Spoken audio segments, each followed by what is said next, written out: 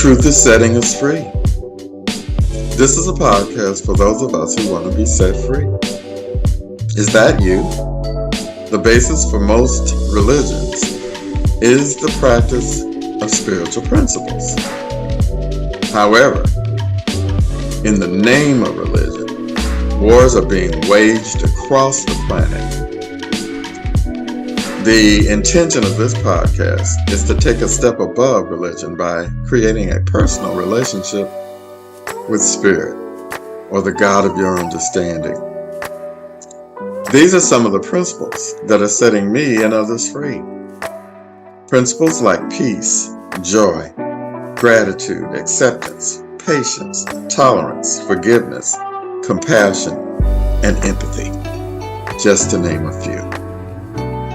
See if you can identify yourself in the stories that follow and how some of the most inspirational people in my life are practicing these principles and being set free.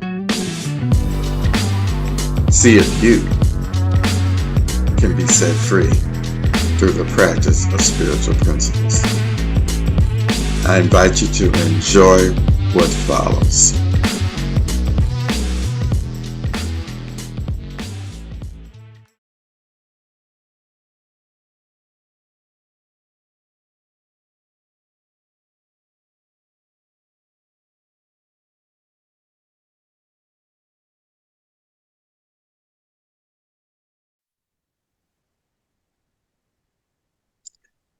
Good evening for you, afternoon for me, Mark. Thank you for joining me. This is a wonderful opportunity to get to know you better, plus learn how you practice these principles in ways that many of us don't really take the time and look within to see exactly how life works. And I appreciate you being here and giving us a little bit about what and how you engage life. You have a wonderful life, and that was what inspired me to ask you to come and share with us today. So first, I want you to introduce yourself, talk a little bit about how you practice principles. The intention is to help people better understand and learn how to apply spiritual principles to their lives. And so tell us, how do you engage? And this is the principle of wisdom that we're talking about today. So one thing I've learned in the last bit is to always take a deep breath. And just come from that place of gratitude, because I'm so grateful to be here with you, Maurice, and just feel blessed to have this time and to talk about principles. I've been involved with this little concept for now going on 25 years. I had a very different life prior to my kind of an awakening, if you will, in 1998 when I took a personal growth class and was introduced to principle-based living. And it kind of was a 2x4 upside my head. And it still took many, many years of practicing, attending and doing and learning, but not really practicing. So that would be a better way to say. I didn't really practice for the first decade, have an actual spiritual practice per se, but I took a lot of time in expanding my consciousness and through classes and workshops and coaching and being coached and doing personal growth stuff. And then finally in 2004, I got invited to come to Mile High Church, kicking and screaming, saying, "I'm not going to no church." And sure enough, I walked in and sat in the back of the room and, all right, do me sort of thing. And then the person started speaking. I believe it was, in fact, I know it was Dr. Roger Teal, and a very wise man and a senior minister. He's a minister emeritus at Mile High Church. and became my mentor for many years. And I started really digging in deep on the spiritual side of things. So, and that continued my journey. And I'd say it's only really been a good 10 years, maybe a little bit more, that I've actually had a really hard, dialed in practice every day of constantly learning and growing and expanding my consciousness.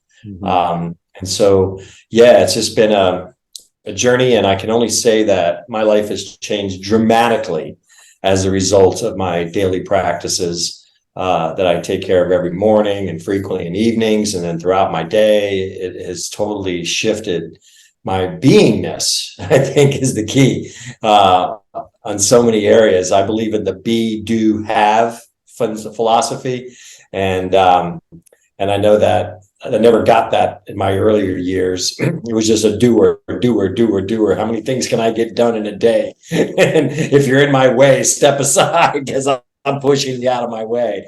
And it worked to some degree, but it definitely turned off a lot of people. And when I started digging into my personal behavior and how I showed up in the world, it was a little confusing. And getting grounded each day with some sort of a spiritual practice certainly allowed for some huge shifts to happen in my life. And so that's where I'm at today with that. So that's a little bit about me. I don't know if you have as many more, you want to expand on anything on that, but that's kind of in short. I do want to say one thing about wisdom, along with all the principles, is that it is all relative. It is the principle or the law of relativity, or that really applies, because I certainly don't want to come across as I am the wise one, because I am not. But yet I've had a lot of years of studying, and and I do feel I have created some more depth in my life.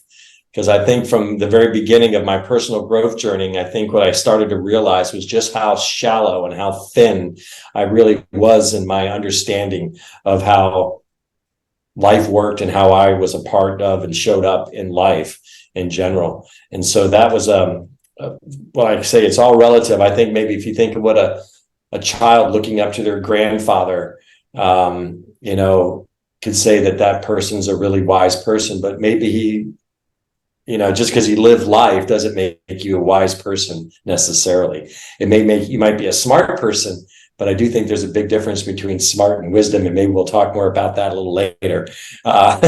We will, actually. So yeah. Let me give you the definition that I was able to come up with, and you did bring up some things while you were sharing that I think are worthy of digging into a little bit more. But the definition says wisdom is the ability to make good judgments and decisions based on knowledge and experience. Would you agree or disagree with that? I thoroughly would agree to that, because I think most of us learn through experiential learning. I learned by living life, and experiencing that. So without question, wisdom comes from that. And yet you got to be careful of what, because of the law of attraction, what do we bring into our life? We learn certain things based on our beingness and what we attract into our lives. And if we're attracting things that aren't necessarily teaching us or helping us to grow and expand, but then, that's not going to be as enlightening, if you will, or wise. You won't be as wise over the longer period of time. And, I love my father very much. He's a great man. A lot of accomplishments, very smart, has his master's in business, served in the military, was an officer, retired now. He's done real well in his life. But, I would not call him a wise man at all. I would definitely call him a smart man.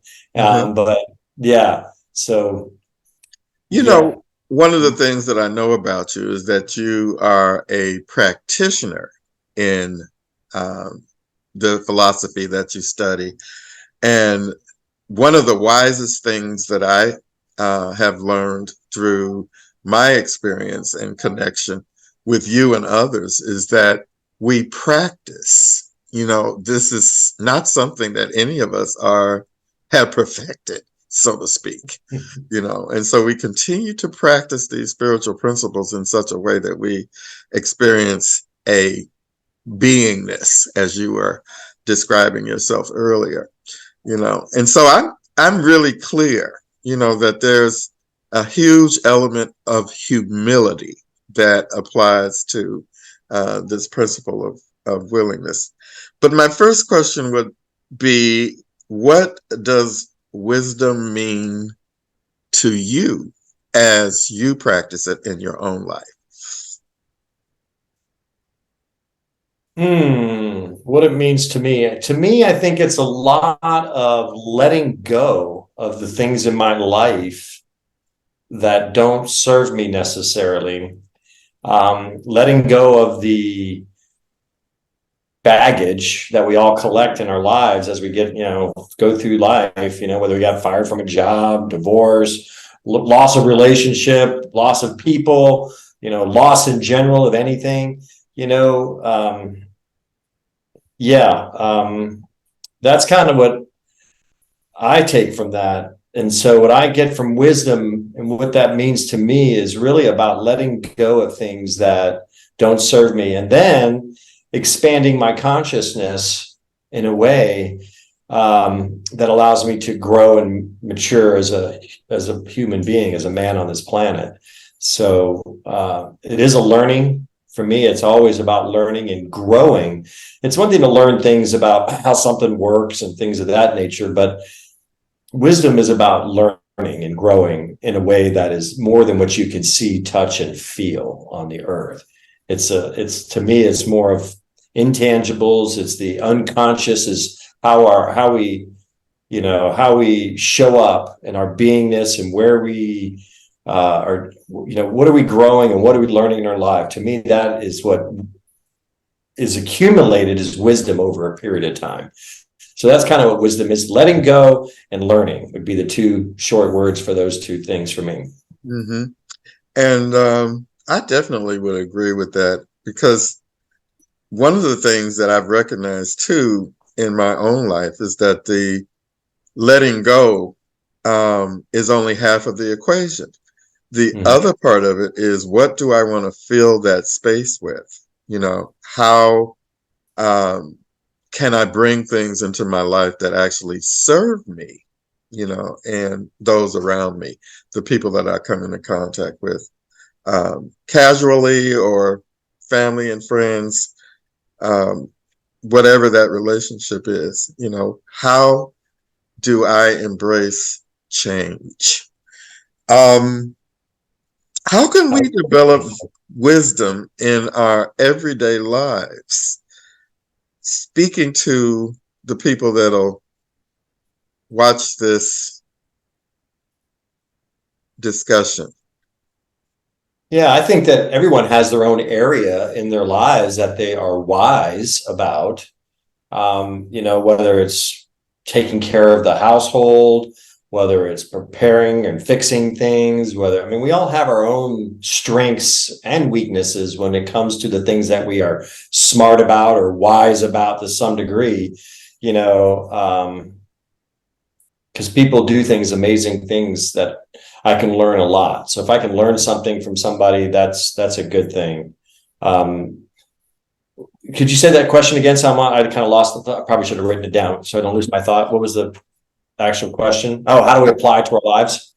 How can we develop wisdom in our everyday lives? How can we develop? Well, I just wanted to acknowledge that we all have some area of expertise in our lives that we are good at, but how can we, what's the word you use? How do we develop wisdom? Develop that. To me, develop is, like you said earlier, is through practice. And obviously it is taking that full awareness. I made a clear decision in 1998 that I was going to continue to grow and learn until the day I die. So to me, it's a daily practice. It's a daily ritual of every day taking some time to read some quote, to read something that's nourishing me, to meditate, to send a prayer for thought to somebody I care about, do something nice for somebody. I mean, that's how we develop wisdom over the time period. Is it is a regular daily practice. And there can be so many things that we can do to be a practice, but I think the core things are certainly meditation, prayer work, journaling,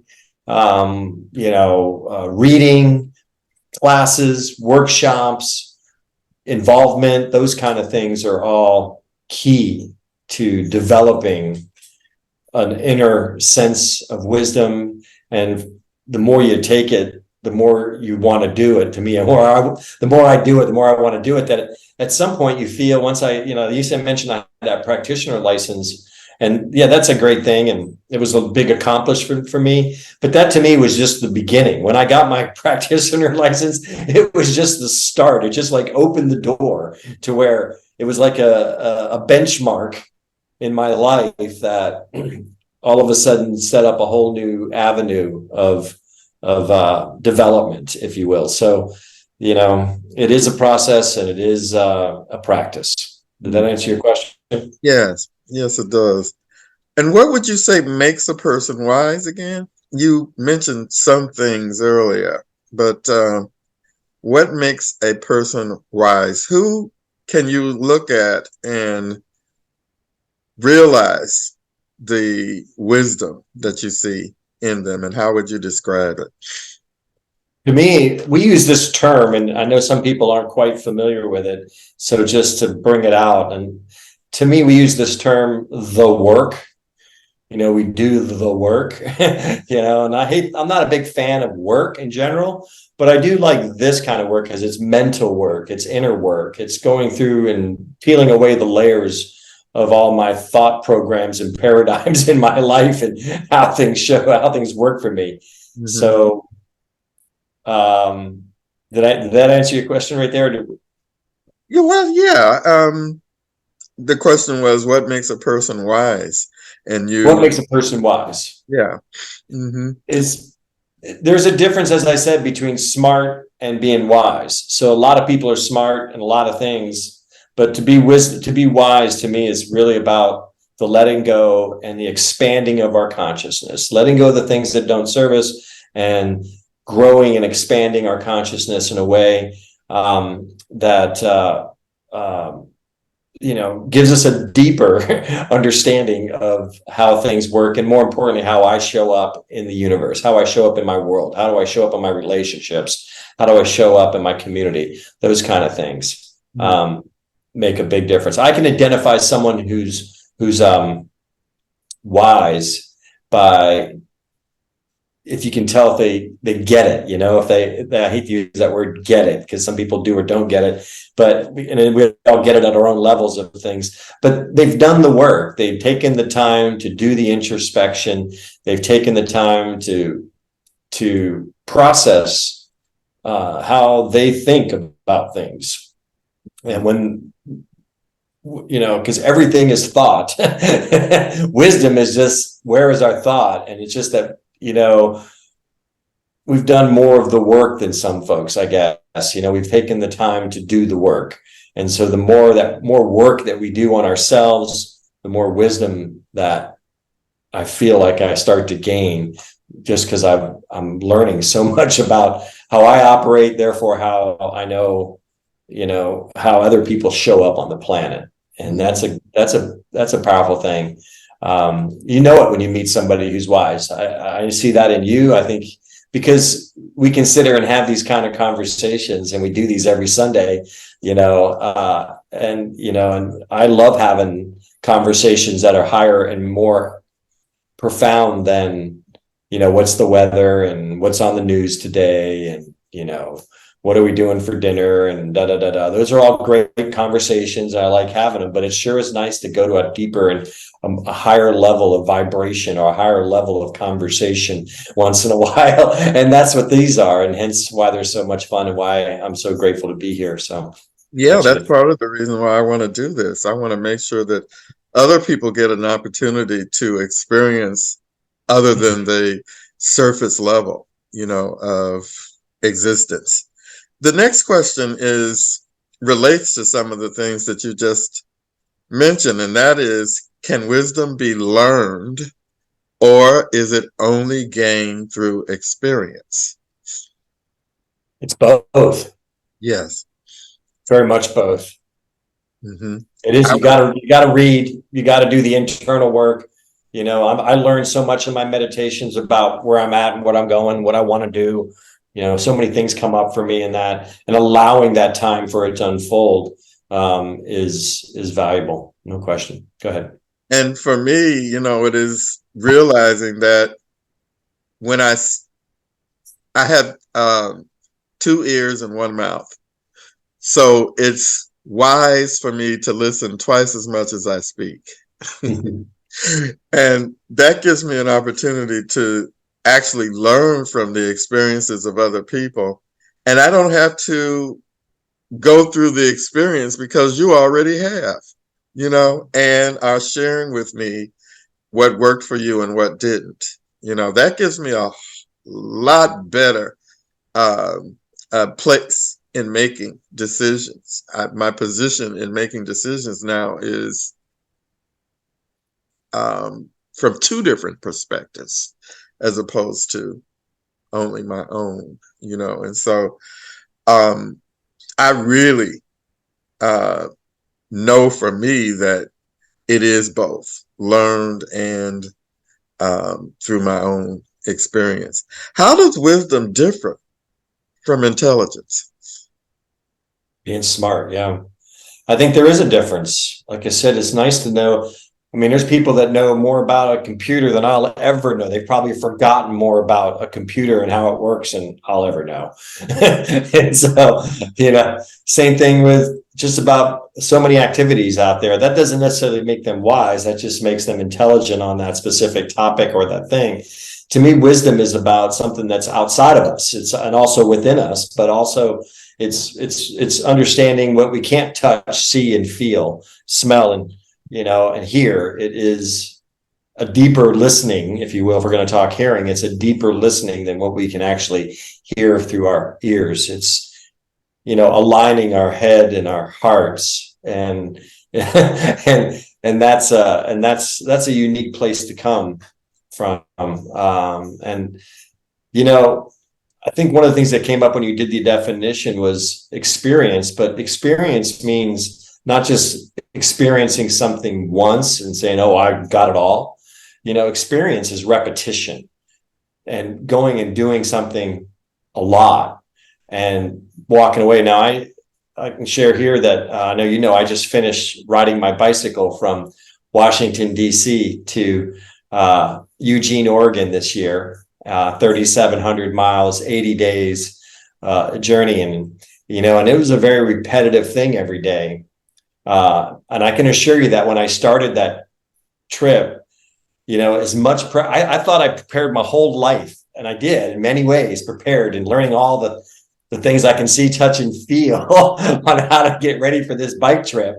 However, when it boils down to it, when you're doing, that kind of a miles and touring for 80 days, it was as much of a mental and spiritual game for me as it was the physical side of doing that experience.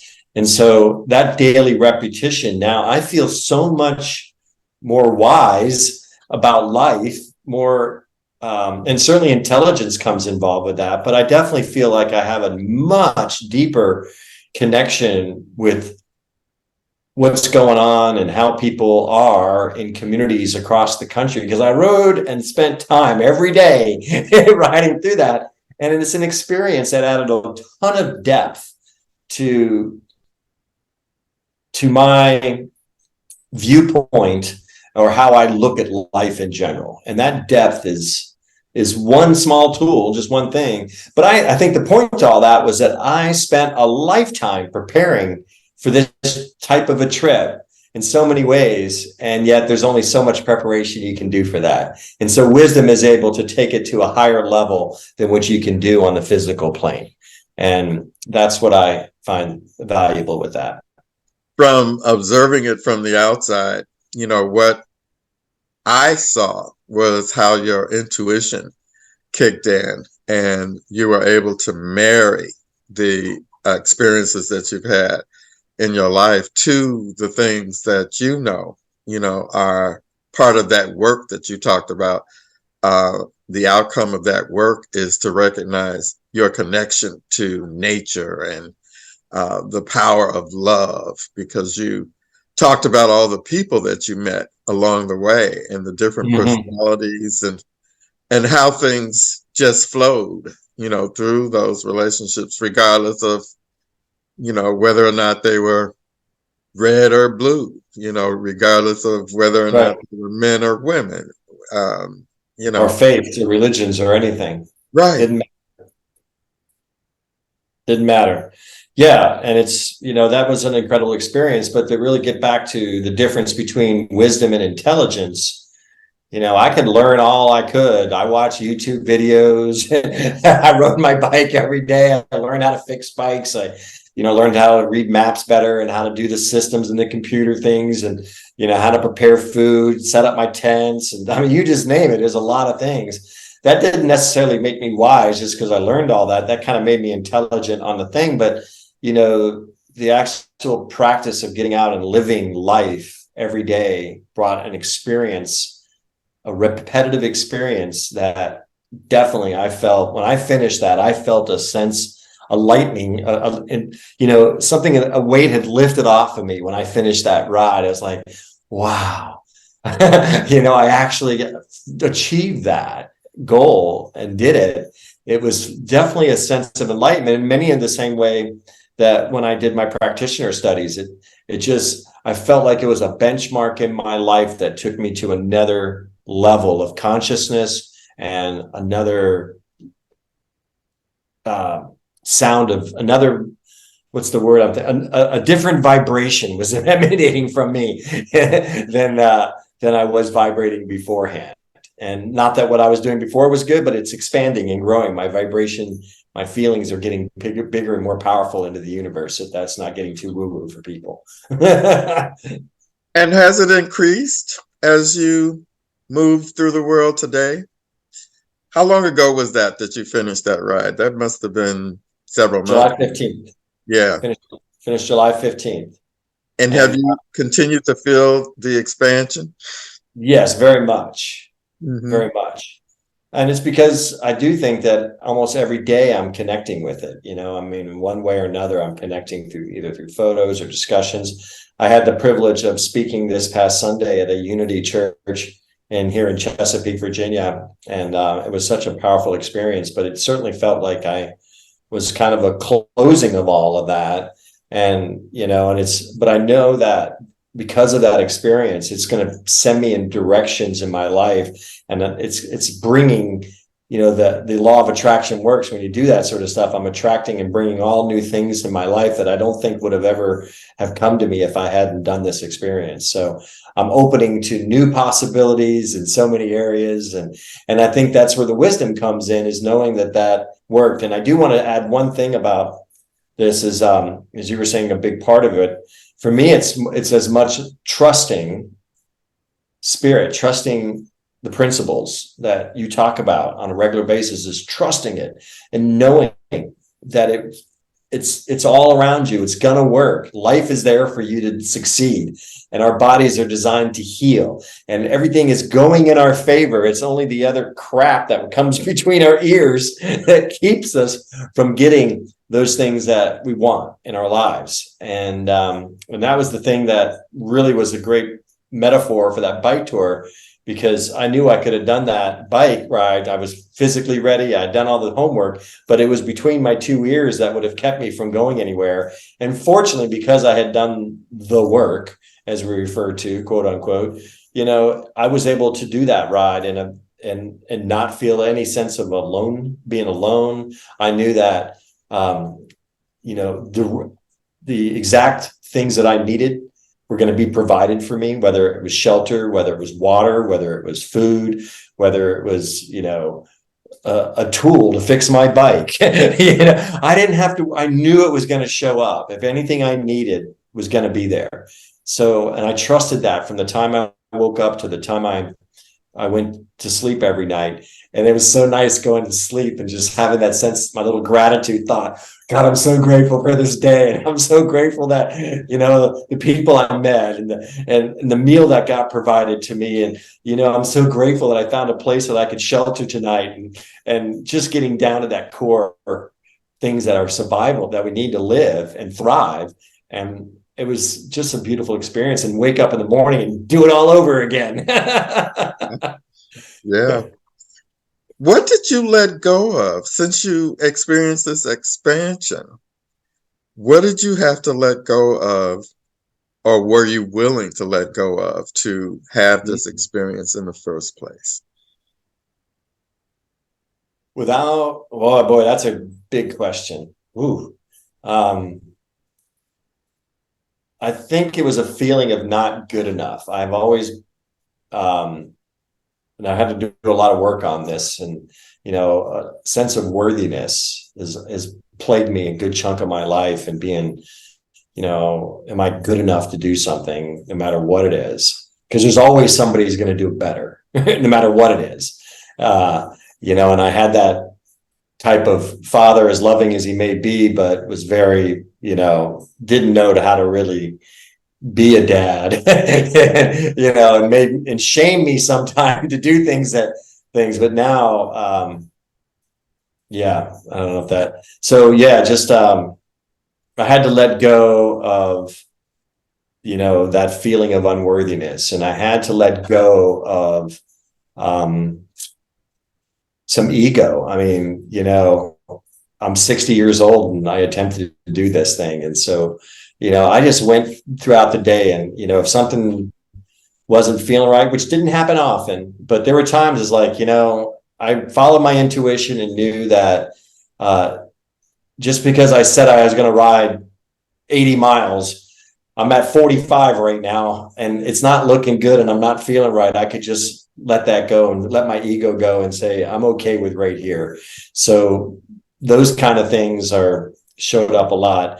I also had to let go of technology stuff because, I grew up in the old school of using maps, but I decided to do as much of this, and I did have maps for me along a good chunk of the route.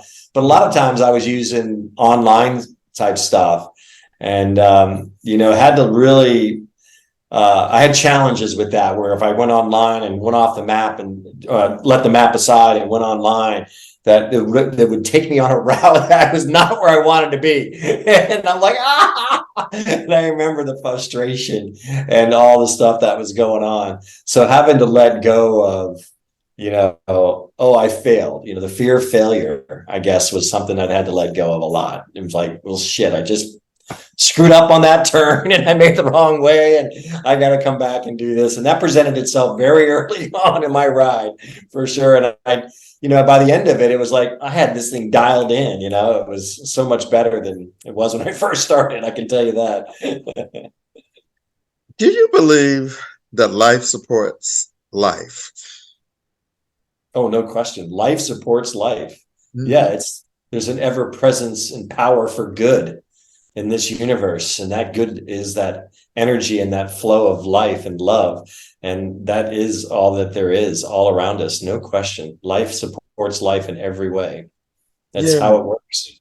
And so that insecurity that you and I or others may experience really is about teaching us that life supports life, and that's what I get from experiences like that. I was amazed, at how you overcame, whatever it was that was presenting itself on the ride, especially when you got to the point where your bike was actually damaged. Mm-hmm. And you had to send for parts from another part of the country. That would have been the place where a lot of us would have turned around and said, oh, that's it. Game over. but you persevered. And You got time for a quick funny story? sure, yeah.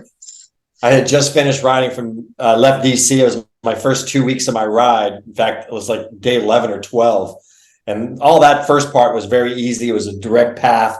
But then as I got closer to Pittsburgh and finishing up the Great Allegheny Passage, in fact, I pull into Pittsburgh and I needed to get some piece of clothing at REI.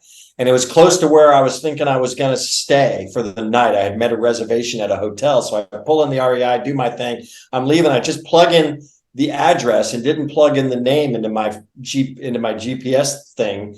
And I'm like, oh man, it's 10 miles away. I thought it would be real close. And I was like, oh, I just trusted the GPS.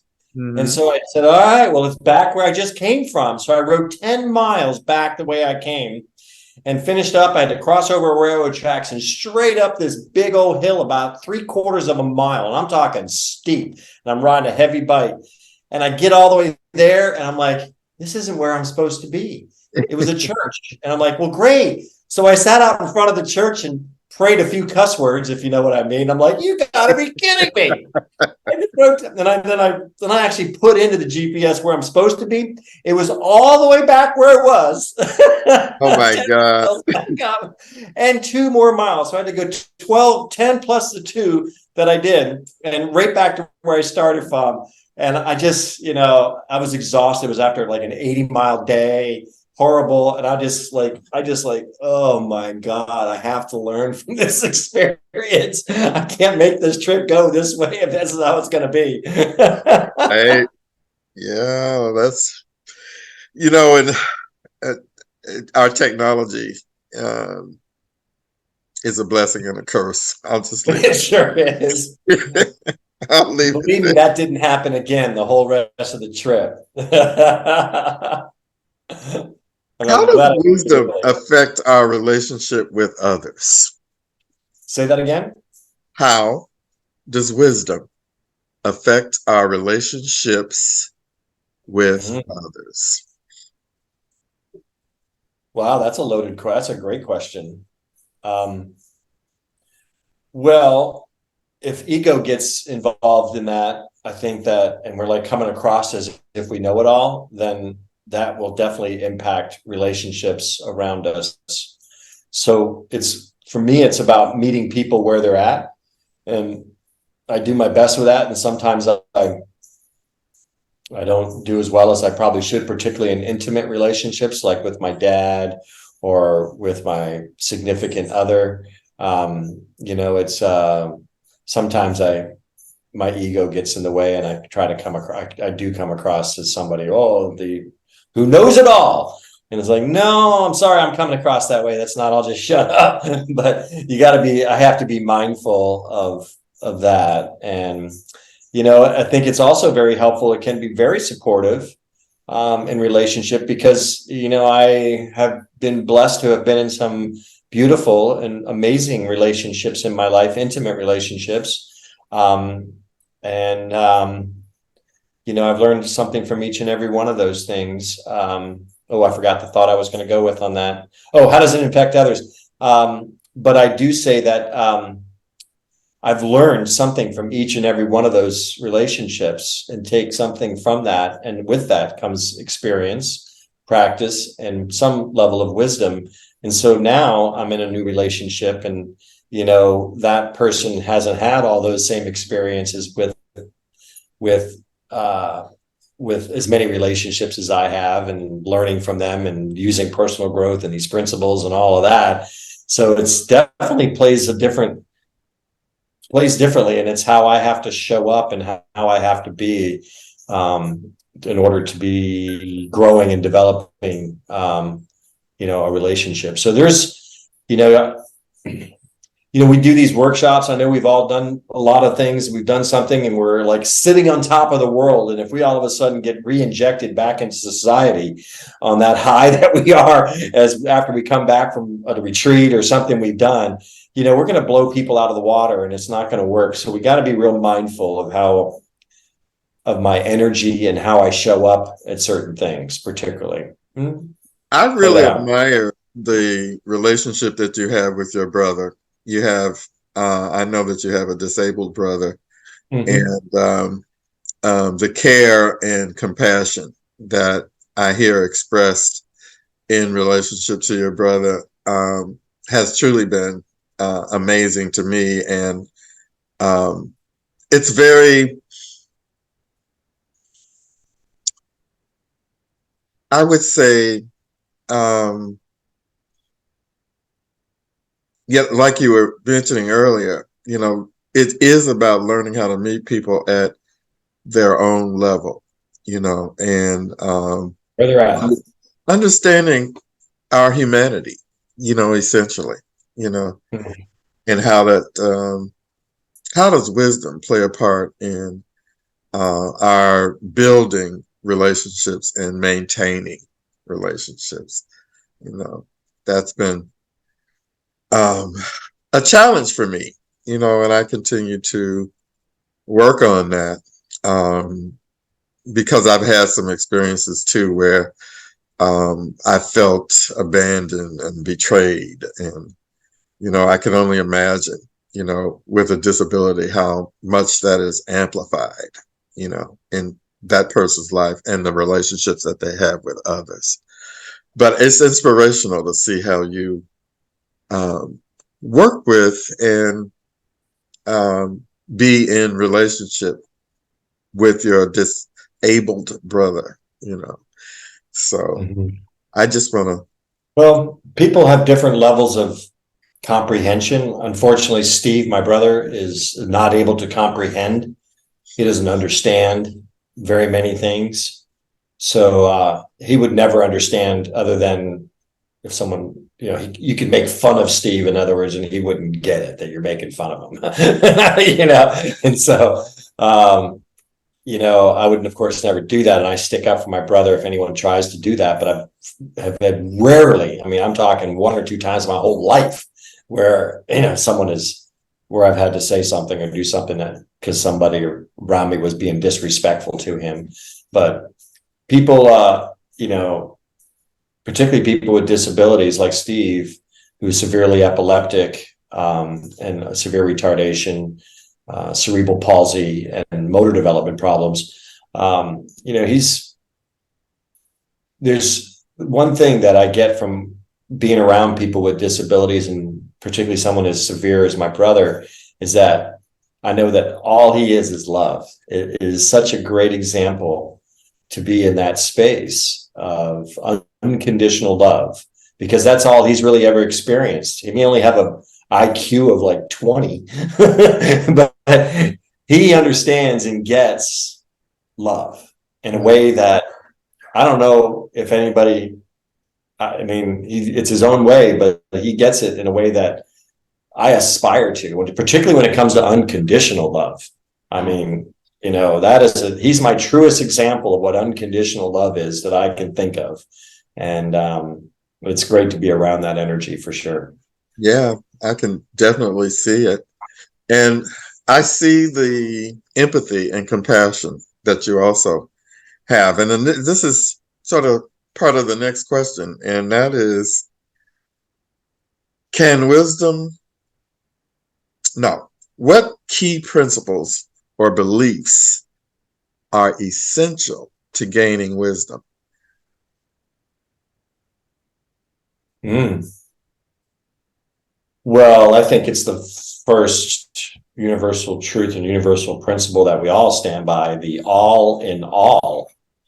I mean, knowing that presence of spirit, life force, Gaia, whatever you want to call it, is everywhere around us. And most importantly, it's deep within each one of us. And deeply understanding and knowing that we as human beings are expressions of that divine light and love and energy. And to me, that's accepting and knowing that I am a spiritual being that just so happens to live in this physical body in a physical world where we got funny phone devices and, fidget items, and but we live in a physical world. But I know, and I think that's a key element, is to know that you are a spiritual being, because that's where the path of wisdom goes, is on that spiritual journey. Mm-hmm. And that, for me, also indicates the presence of spirit in each of us, even if we don't know it, even if we're acting in a way that may not be the best person that we could be, as it relates to this principle called love. Mm-hmm. I actually have been able to see the God. I now have practiced long enough to see the presence of spirit in everyone, regardless of appearances, Yeah. So I know, from the demonstration of their presence, how much they know about who they really are, mm-hmm. and who they're not, because I think for many years I acted from a place that was really against my own best interest, and I didn't know any better. Yeah, not aware. Yeah. And that's where the personal growth comes in. I mean, that to me is so vital. That is that element of personal growth. Yes, it leads to spiritual growth, as it did for me, but growing as a human being and is so important. And people who have never been exposed to what real personal growth is, and actually taking on these principles that you speak of, are missing out. I think there's a lot to be learned from that. And it definitely helps bring more balance into, I know it did for my life, for sure. So the next question, can wisdom be developed even if one has made mistakes in the past? Yes. That's a simple yes. No question about it. I mean, we learn from our mistakes. I hope that, if I go a day without failing in something, I didn't try hard enough. So that's just part of the game. So yes, by all means, in fact, even better. The more mistakes we make, the wiser we get. Should put that on a t-shirt. Actually, that is really the truth. How does ego affect our ability to access wisdom? How does ego affect our ability to access wisdom? Wow. Well, I think the ego is certainly, I certainly know I have a big ego. And yet I have, in many ways, done things to at least support and back that ego. And an ego, if used in a positive way, can be very helpful. So the ego is, we've done a lot of work around ego, and, it's that the ego can be that, we have two voices on either side of our head, one saying do something and one saying don't do something, or, giving us the pros and cons on anything. And, when the ego gets in the way, that is when it becomes all about me and I, and, and it's not as, it doesn't involve compassion. It does not involve, it's hard to be compassionate and have a big fat ego. So, it's, how does that ego get in the way? It's a great question, and I'd like to think about it. I know we talked earlier, and it's coming up on 7:30, and my partner has fixed a dinner for me. So I don't want to let her down, and I would like to continue this conversation. I do think it deserves a little bit more time. And maybe is there a chance we could push this and finish this up on Sunday before our Sunday circle? Or after the circle, or before? Yes, that's a possibility. Yeah. I'd rather go beforehand. Okay. We can come back to this question, because I think it deserves more than and I'd like to maybe look at that a little closer, and get a better answer for that question, and then But yeah, what do you think? Sure, I think that'll work. Because I'm only halfway through the questions that I know. I know, and I can see now. I didn't understand that you would want as much time, and I wouldn't have planned to come over to my friend's house. So I said, I'll come over, but I got to be on a Zoom. I think it's only going to last an hour. He says, all right, well, I'm dinner ready at 7:30. Yeah. Well, I set time aside. I set at least 3 hours Oh my, because I do some well, preparations before and I do some things after. But most of them have gone about an hour and a half. Some of them have gone to 2 hours. But this is my first time, so bear with me. yeah. And so what I can do is I can end it at one of the earlier questions and then pick it up, after.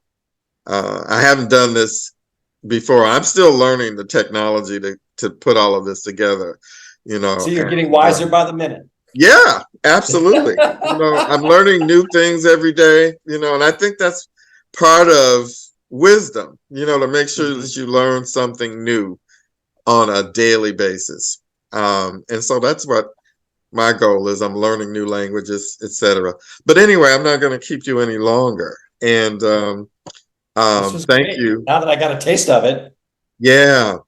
And now you have an idea, of what it is and what it looks like. So I love you, Maurice. You're awesome. You do great stuff. And I'm so grateful to be in your presence and doing this with you. And I look forward to continuing this, and maybe we'll have another discussion at another one at another point. Thank you for listening. I'm grateful for the opportunity to give you an insight into how we may practice these principles in such a way that freedom comes to each of us. It's a commitment that I hope each of you can make to this practice that I know has set me and others free from the chaos and the confusion. Thanks for listening.